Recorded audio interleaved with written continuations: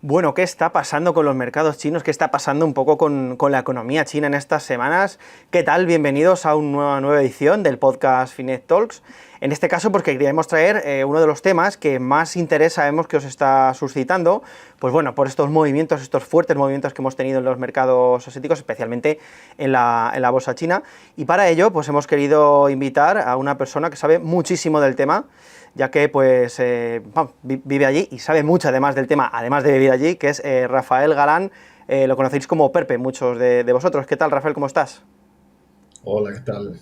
Encantado de participar. Muchas gracias por vuestra invitación. Oye, te comentaba fuera de cámaras que hacía prácticamente 4 años que no nos veíamos desde aquella vez que te preguntábamos un poco por cómo le iría a China tras el coronavirus. Eh, ha llovido, ¿no? Así es, las cosas han cambiado mucho, ¿no? Desde aquellos momentos hemos pasado, bueno, pues toda la pandemia, ahora unos momentos diferentes, ¿no? Esta desaceleración de alguna forma, cambios en las políticas monetarias, bueno, es cierto que todo evoluciona y estamos en un punto bastante diferente. Bueno, antes de empezar con la entrevista, me gustaría recordar a la gente que nos ve y nos escucha, pues lo de siempre, que lo que comentemos por aquí, pues no es ningún tipo de recomendación de inversión, que rentabilidades pasadas no garantizan futuras, ya esto lo sabéis de memoria. Y también me gustaría conocer un poco a la persona siempre que tengo enfrente. En este caso, ¿quién es Rafael Galán? Perpe, preséntate en unos segundos para quien no te conozca. Bueno, yo soy economista, he estado viviendo en China permanentemente durante 10 años, ahora paso la mitad del tiempo más o menos allí. También soy ingeniero de telecomunicaciones, he desarrollado parte de mi carrera profesional en ese sector y bueno, pues me dedico al análisis económico, también financiero, ¿no? De los mercados, especialmente China y otros mercados asiáticos emergentes. Oye, si tuvieras que poner ahora mismo una nota a la economía china de 0 al 10, ¿cuál sería y por qué? Pues yo le daría un 7. Al final yo creo que hay mucha negatividad por parte de los analistas, el aumento de deuda, el sector inmobiliario, que yo creo que son puntos que vamos a tratar posteriormente, pero la situación no es tan negativa. Yo efectivamente, estando allí, veo que todavía el consumo sigue relativamente moderado y positivo. Ya sabemos que esa transición de una economía basada en la inversión y en las exportaciones hacia una economía orientada al consumo, bueno, pues es difícil, se pierden puntos de PIB. Han pasado circunstancias que han provocado que la gente ahorrara más, como el caso de la pandemia, como hemos dicho, que el consumo se resintiera, pero bueno, vemos que hay algunos parámetros todavía, como es el caso de las ventas que se producen a través de Internet, con unos crecimientos bastante dinámicos y luego sobre todo una orientación muy clara y muy fuerte hacia la tecnología.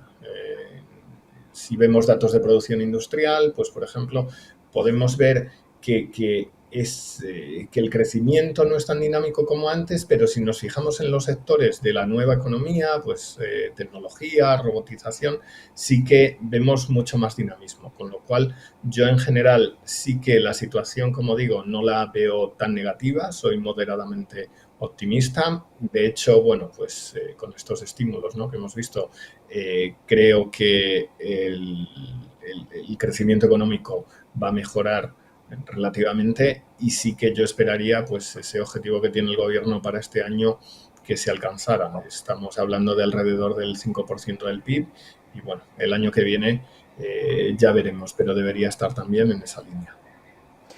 Oye, comentabas el tema de los estímulos económicos que lanzó el gobierno hace unas semanas, supongo que principalmente es lo que hay detrás del boom en los mercados, en estos fondos de inversión, que muchas de la gente, de los oyentes que nos escuchan, pues tendrán un fondo que se va a disparar un 20 y pico por ciento en tan solo unas semanas.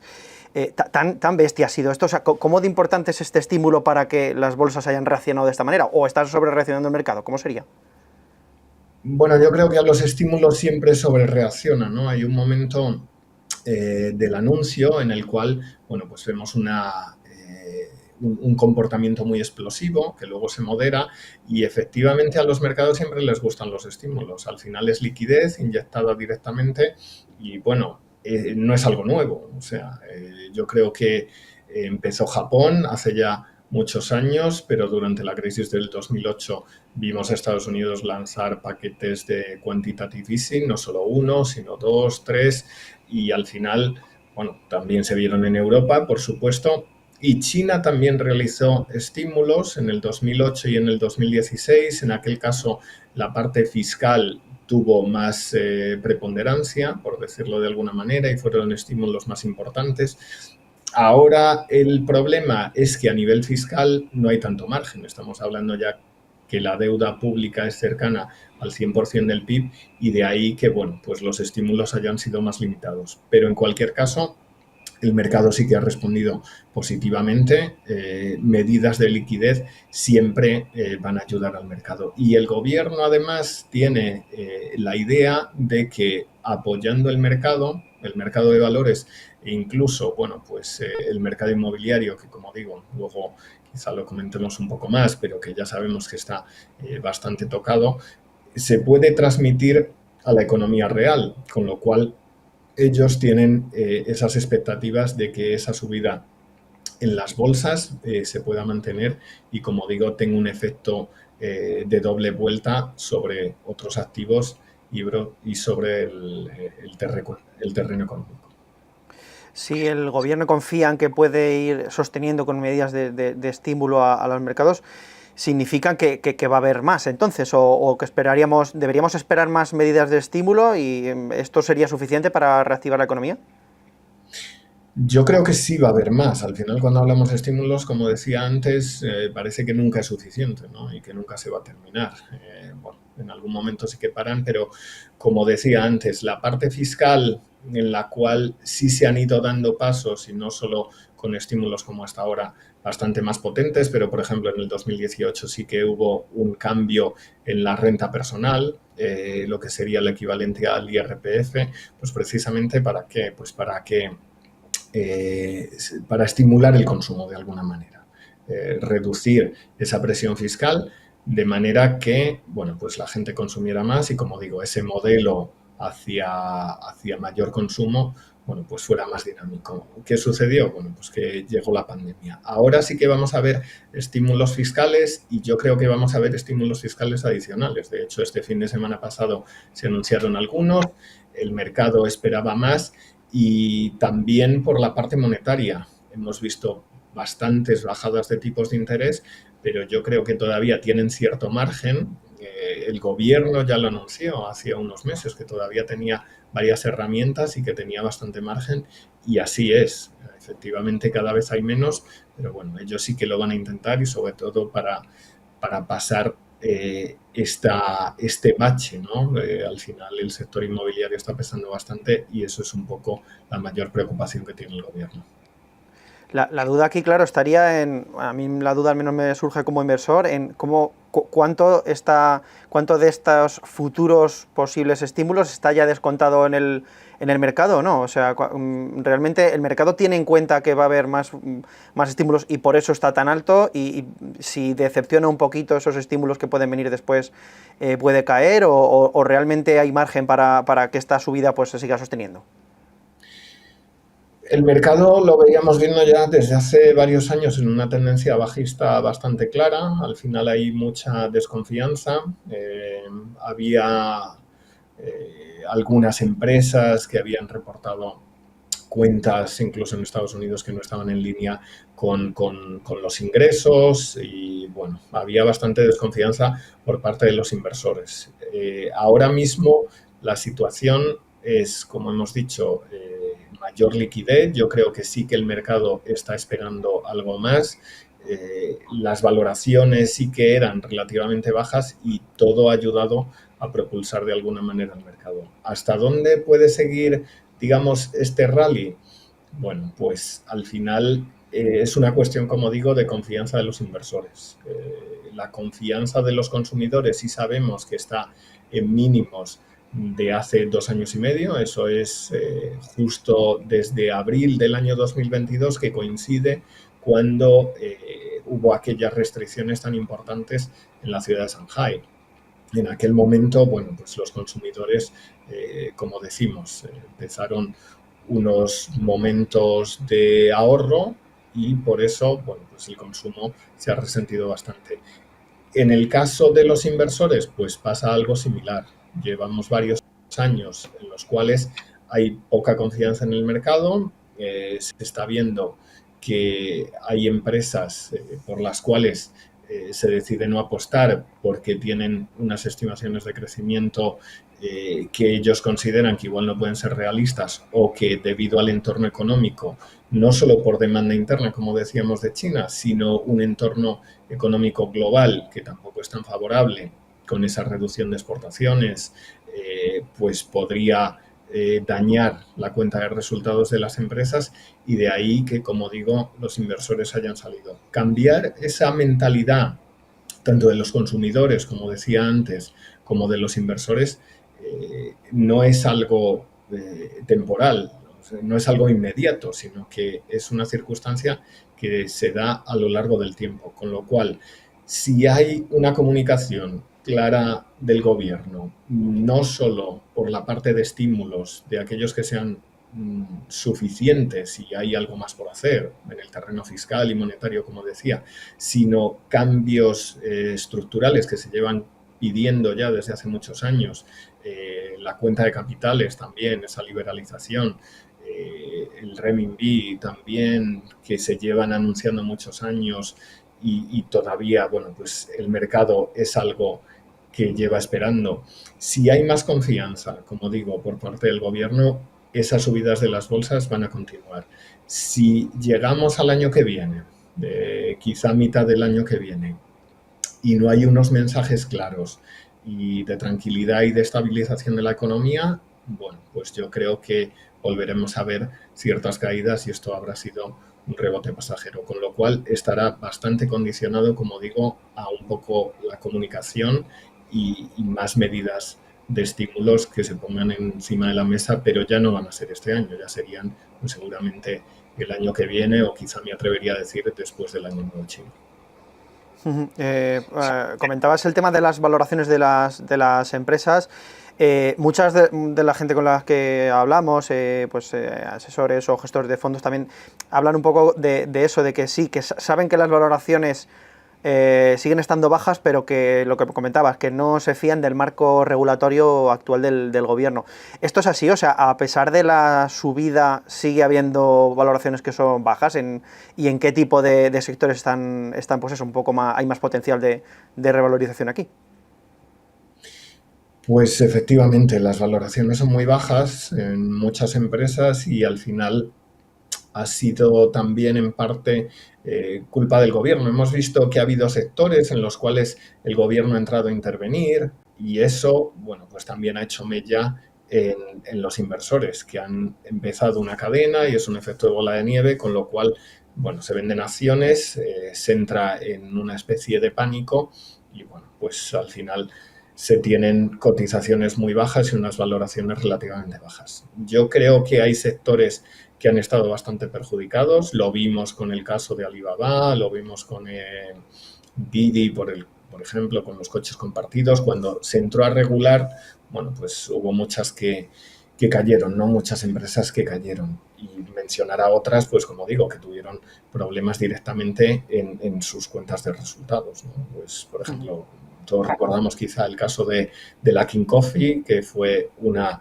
de las empresas, bueno, pues que ahora vuelve otra vez a renacer, competidor de Starbucks, pero que sin embargo en un momento se vio que las cuentas no se ajustaban a la realidad y la caída en bolsa fue espectacular. Ahora mismo seguimos con valoraciones, yo creo, muy bajas en el sector tecnológico incluso, si comparamos con empresas en Estados Unidos, pues todavía sí que son relativamente bajas, como decía, y yo creo que ahí sí que hay recorrido. China está apostando mucho por la tecnología, por la innovación. Ya sabemos que tenía unos objetivos claros en el plan que hizo Made in China 2025, que termina el año que viene, pero es un plan que comenzó en el año 2015 y ahí también, bueno, pues había ciertos sectores estratégicos e incluso unos niveles específicos de objetivo, pues por ejemplo, de inversión en I+D sobre el PIB, que está ahora por encima del 2%, pero que es cierto que hay muchas ciudades muy tecnológicas y muchas empresas que están allí establecidas. Pues el caso de Shenzhen, un 4% del PIB o más invierte las empresas que están en esa ciudad. Son empresas que, como digo, todavía yo creo que tienen mucho recorrido. China está apostando mucho por ellas y al final es donde hay que poner un poco el foco. Y por otro lado, empresas dedicadas al consumo, yo creo que también lo van a hacer bien. Al final, como digo, seguimos viendo la confianza del consumidor en mínimos históricos, pero eso no va a durar siempre. Progresivamente yo creo que esa confianza se va a ir restableciendo, que además el consumidor chino cada vez está buscando más productos chinos y no tanto extranjeros. Es verdad que las importaciones pues representan un valor importante y depende del producto que estemos considerando, pero hay un sentimiento de cada vez comprar más producto chino porque la calidad ha aumentado, los precios son más competitivos y hay una gran masa de población que está en ciudades nivel 2, nivel 3, nivel 4, que obviamente se rige más por el factor precio. Y empresas chinas sí que están ofreciendo unos precios muy interesantes. Con lo cual yo diría que esos dos sectores van a tener bastante recorrido en los próximos meses o incluso el próximo año. Te quería preguntar también acerca del tema del problema inmobiliario en China, porque es verdad que como que ahora se habla menos en los medios, al menos tengo esa sensación.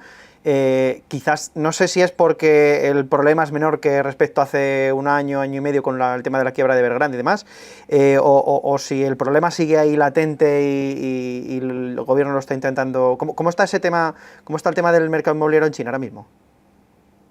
El problema sigue, el gobierno es consciente, ha realizado bastantes medidas, medidas que realizó ya desde hace tiempo y además medidas que ya sabemos que China siempre mira mucho a largo plazo. Eran unas medidas que terminan a finales del año 2025, con lo cual cuando ya hablábamos algunos analistas de la situación del mercado inmobiliario que era y que se iba a prolongar a lo largo del tiempo, efectivamente ha sido así. Por el lado de la oferta, pues lo que estamos viendo es que ya el ajuste estaría en torno al 60% si comparamos con lo que ha pasado con otras burbujas, el caso de España o Estados Unidos, pero por el lado del precio, por ejemplo, sí que vemos una aceleración de las caídas del precio, con lo cual la situación no es mucho mejor que hace un año. Al final, muchas personas tienen miedo de que los precios sigan bajando y están acelerando sus ventas, pues reduciendo el precio adicionalmente. Hay zonas que a mí me han comentado y demás, en Shanghai y en Beijing, con caídas incluso de un 20 o 25%. Así que, bueno, nos podemos hacer una idea de cómo es la situación en algunas ciudades nivel 1. En ciudades nivel 2, nivel 3 es relativamente distinta. O sea, al final el mercado inmobiliario no es tan homogéneo como podemos pensar. Obviamente estamos hablando de un país de 1.400 millones de habitantes en los cuales cada provincia tiene unas medidas concretas, mientras que en algunos hay que reducir, porque eso se llegó a hacer en un momento dado en Beijing, en Shanghai, para reducir esa demanda de vivienda, ¿no? Pues se ponían varias restricciones, en otras provincias sí que se estimulaba la compra de vivienda.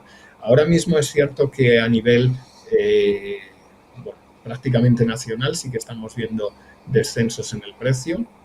¿Y hasta dónde pueden llegar? Bueno, pues como digo, durante todo el año que viene seguro que vamos a ver caídas en el precio, vamos a ver cómo la construcción de nuevas viviendas pues todavía se reduce y al menos hasta finales de 2025 pues tendremos este problema. Como comentaba antes, pues obviamente tiene mucha importancia, porque estamos hablando entre el 20 y 30% del PIB, con lo cual afecta, por supuesto, a otros sectores y lo que es más importante, al efecto riqueza de las familias, porque las familias prácticamente su riqueza, estamos hablando del 70%, la tienen invertida, por decirlo de alguna manera, en el sector inmobiliario.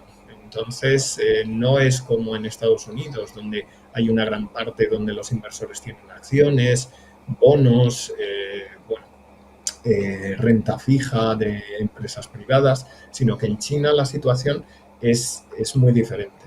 Y ese efecto riqueza o reducción de la riqueza, pues sí, por un lado puede también afectar al consumo y es algo que debemos seguir. Pero en cualquier caso, yo creo que los precios, a pesar de que se iban a bajar durante todo el año que viene, ya lo van a hacer en menor medida porque hay una gran parte, como decía, de ese ajuste que ya está hecha. El otro gran tema candente ahora mismo es el tema de las elecciones en Estados Unidos. Mucho analista que comenta pues, que si Donald Trump volviera a ganar las elecciones, la bolsa china podría sufrir un poco más con el tema pues de la guerra de aranceles y demás. ¿Realmente hay un mayor riesgo con que si Trump gana las elecciones a la bolsa china le vaya algo peor? ¿O se sobrevalora un poquito el efecto que puedan tener las elecciones? ¿Cómo lo ves? Pues esto es algo relativo. Yo sí que he visto informes incluso diciendo que el renminbi podría caer hasta un 11%, incluso si Trump gana las elecciones. Pero yo creo que también si gana Kamala Harris, que es lo que parece que están dando las encuestas ahora, hay otro tipo de riesgos geopolíticos quizá, ¿no? Por la parte de Taiwán, quizá hubiera presiones por ese lado. La verdad es que ahí sí que vivimos bastante incertidumbre. De hecho, bueno, pues la administración Biden hace unos meses impuso aranceles también a los vehículos eléctricos y a las baterías. Es cierto que al final Trump es un empresario, yo creo que no se va a pegar un tiro en el pie tampoco, y lo hemos visto ahora, como comentaba, con la administración Biden ¿qué pasó con esos aranceles? Bueno, pues las baterías representan un 70% del mercado en Estados Unidos, las baterías chinas. Ahí los aranceles subieron de un 7,5% a un 25%. Efectivamente es una subida importante, pero en el caso de los vehículos eléctricos, que claro, solo representan menos de un 1% de la cuota de mercado de Estados Unidos, se subió del 25 al 100%. Un impuesto, obviamente, bueno, pues totalmente impagable o destruyendo esa cuota pequeña de mercado, pero como digo, es muy pequeña. La guerra comercial, pues efectivamente empezó en 2018, sí ha hecho cierta mella en el caso de China. Estamos hablando que en el año 2018 las importaciones, la cuota de importaciones que tenía China en Estados Unidos era del 21%. El año pasado fue de un 13, de un 14, 15% aproximadamente. Estamos hablando de 7 puntos menos aproximadamente, con lo cual sí que vemos que tuvo su efecto. Y la guerra comercial ha seguido también con Biden. No creo que vaya a ser o que vaya a haber un cambio sustancial en ese sentido si gana Kamala Harris o si gana Trump. Es cierto que Trump ha estado amenazando con mayores aranceles, incluso a empresas chinas que fabricaban en México, y sí lo podría implementar. Pero bueno, al final China, como digo, es un proveedor de varios componentes, o como el caso de las baterías y muchos otros, y además está buscando alternativas. Lo que ha hecho China, por supuesto, es aumentar el comercio hacia países de ASEAN, con los cuales tiene muy buena relación, además cercanía, y además tienen una demanda muy importante porque tienen unos crecimientos más que significativos. El caso de Vietnam estamos viendo con un crecimiento del 6%, Indonesia con una población de más de 200 millones de habitantes y también unos crecimientos superiores al 5%. Pero bueno, volviendo al caso de las elecciones, Estados Unidos como país quiere seguir conservando, bueno, pues esa supremacía, ser el número uno a nivel mundial, y yo creo que sí va a imponer bueno, pues ciertos aranceles o continuar un poco esa guerra comercial que sea más o menos dura, sí puede depender en cierto modo de Trump o de Kamala Harris, pero en cualquier caso, bueno, pues al mercado chino tendrá su impacto, pero ya hemos visto que ni mucho menos por seguir esa guerra comercial, China ha buscado otras alternativas a las que es un gran exportador y pueda compensar esa caída de Estados Unidos en otros mercados. O sea, podemos decir, como hemos visto hace poco en los mercados, que realmente el factor que más afecta a China es la propia China, el propio gobierno chino, más incluso que otros gobiernos del exterior, ¿no?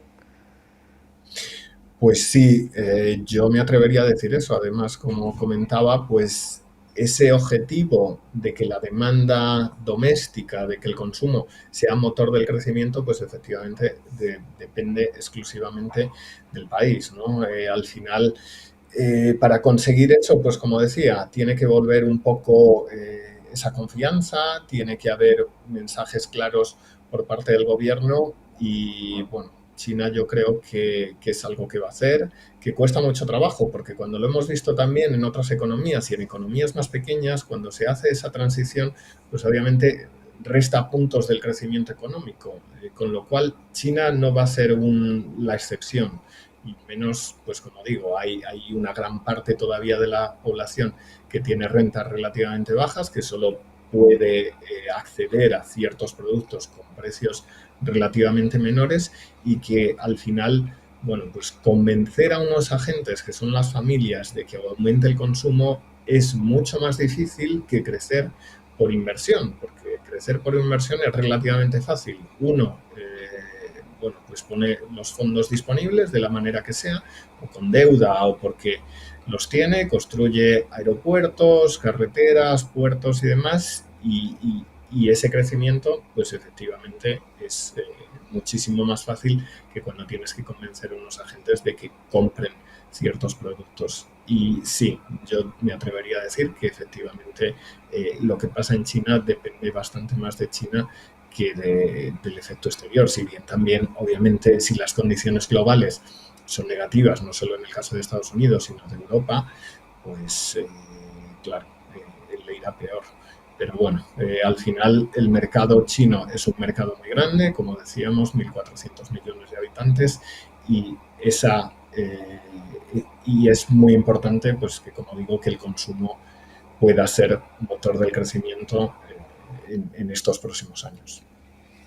Ves, por último, antes de aceptarle a ti la pregunta que hacemos siempre a todos los entrevistados, me gustaría preguntarte por si has apreciado, llevamos viendo las últimas semanas récords históricos de entradas de flujos de dinero en fondos de inversión en China y demás. ¿Tú esto lo estás apreciando en tu día a día? O sea, ¿ves que hay más confianza del inversor exterior en la propia China respecto a las políticas de estímulo recientemente anunciadas? ¿Esto lo estás viviendo tú?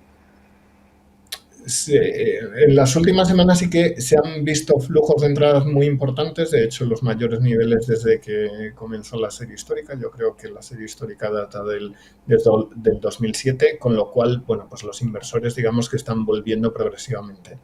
Es cierto que todavía falta mucho, el mercado tenía unas valoraciones muy bajas, había sufrido caídas, pero yo creo que sí que la confianza se está restaurando. Y como decía, esto es algo que hay que verlo a lo largo del tiempo, no es cosa de una semana en concreto. Que hayamos visto flujos muy importantes, efectivamente, porque vimos unas subidas espectaculares en 2 semanas, bueno, tres, vimos una subida del 20% más, y claro, todo el mundo se anima a comprar.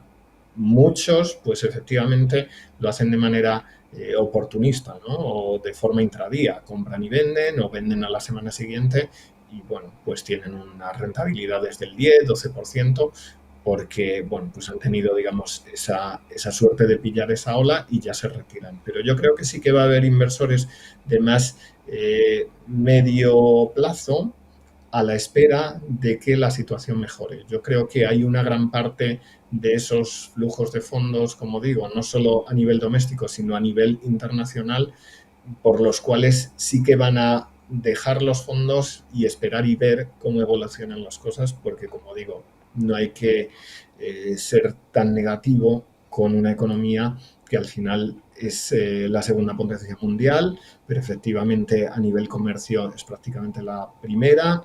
En muchos sectores estratégicos, sin duda, es también la primera a nivel mundial, bueno, en consumo de materias primas.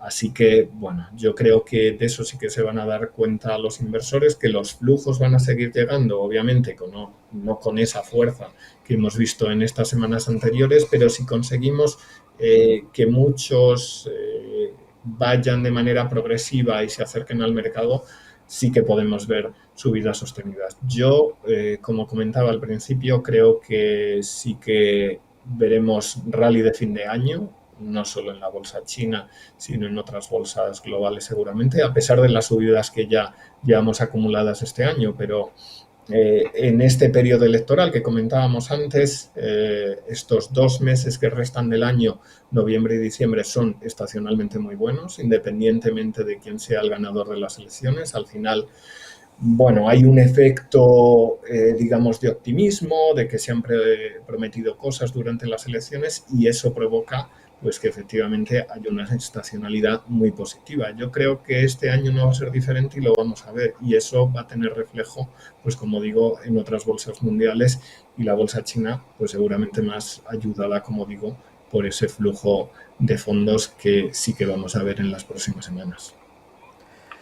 Genial, pues ya digo, por último solo tengo que hacerte la última pregunta, que es la que siempre hacemos a nuestros invitados, que es, pues bueno, a nivel personal, ¿qué error has cometido o has podido cometer en el pasado al invertir del cual hayas podido aprender más? Pues yo creo que una de las peores cosas es el timing. Acertar con el timing es muy complicado y yo a veces aciertas con el movimiento que va a hacer el mercado, bien sea al alza o bien sea a la baja, para aquellos que operen en mercados bajistas, pero hay que tener en cuenta que el momento y el punto de entrada es muy importante, ¿no? Pues, por ejemplo, ahora, como comentábamos con la bolsa china, ¿no? Ya hemos tenido una subida igual del 20% o algo así, pues esperamos más. ¿Cuándo se puede entrar? Hay que esperar a una posible caída para realizar ese punto. Bueno, yo creo que al final eso es algo que todo el mundo tiene que evaluar dependiendo de las estrategias que siga. Yo sigo bastante el análisis técnico y el análisis de gráficos y bueno, quienes sigan análisis fundamental pues es algo que también pueden realizar, pero mis mayores errores yo creo que ha sido acertar a veces con el movimiento de que se iba a producir una subida en un momento dado, pero no con el timing, y eso es muy importante porque al final uno se queda a veces enganchado y esperando por haber entrado antes de tiempo y al final, bueno, pues eso es un problema porque esos fondos se podrían haber destinado y podrían haberse rentabilizado en otras opciones. Genial, pues nada, ahí queda un poco la visión de Rafael. Rafael Galán Pepe, ha sido un placer tenerte por aquí, por los micrófonos de Finet Talks, y espero que no tengan que volver a pasar 4 años para tenerte por aquí de vuelta. Ha sido un placer, ya te digo. Muy bien, muchas gracias a vosotros por la invitación y espero que nos veamos pronto. Gracias. Genial, y a vosotros, pues lo que os comentamos siempre, si nos dejáis un me gusta, si os ha sido interesante la charla, pues ya digo, suscribiros al canal si no lo habéis hecho, un me gusta para apoyar el contenido que estamos haciendo, y nos vemos en la siguiente semana con una nueva entrevista en Finet Talks.